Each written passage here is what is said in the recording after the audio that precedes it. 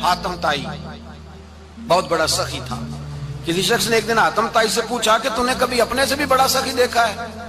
कहने लगा हाँ, मैंने अपने शहर का एक बाबा देखा तो मुझसे भी ज्यादा सखी है, मुझसे भी ज्यादा सखी, मुझसे भी ज्यादा था, तुझसे ज्यादा। कहने लगे मैंने सारे शहर की दावत पकाई, छोटे बड़े अमीर गरीब सारे आए, दावत पकाई सारे शहर की, सब लोग आए, हर आदमी को मैंने बुलाया, उलमा को, अदीबों को, शायरों को, ताजरों को, सनतकारों को, सबको दावत दी। मैंने सोचा कि जरा देखूं तो सही पलट के कोई रह तो नहीं गया जो आया ना हो। चेहरे पे मैंने नकाब डाला और मैं बाहर निकला।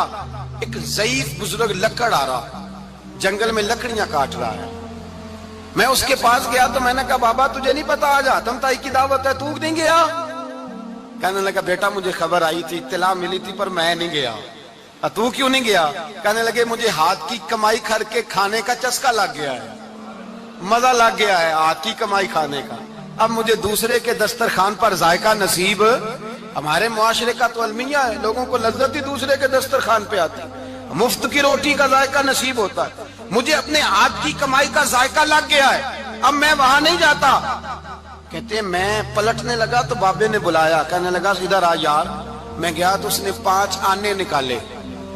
कहने लगा हातम ताई का जो बंदा लंगर पकाने वाला हुआ ना, ये 5 आने उसे दे देना, हातम ताई को जरूरत नहीं मेरे पैसों, तो बड़ा अमीर आदमी है, ये उसको दे देना 5 आने लंगर वाले को।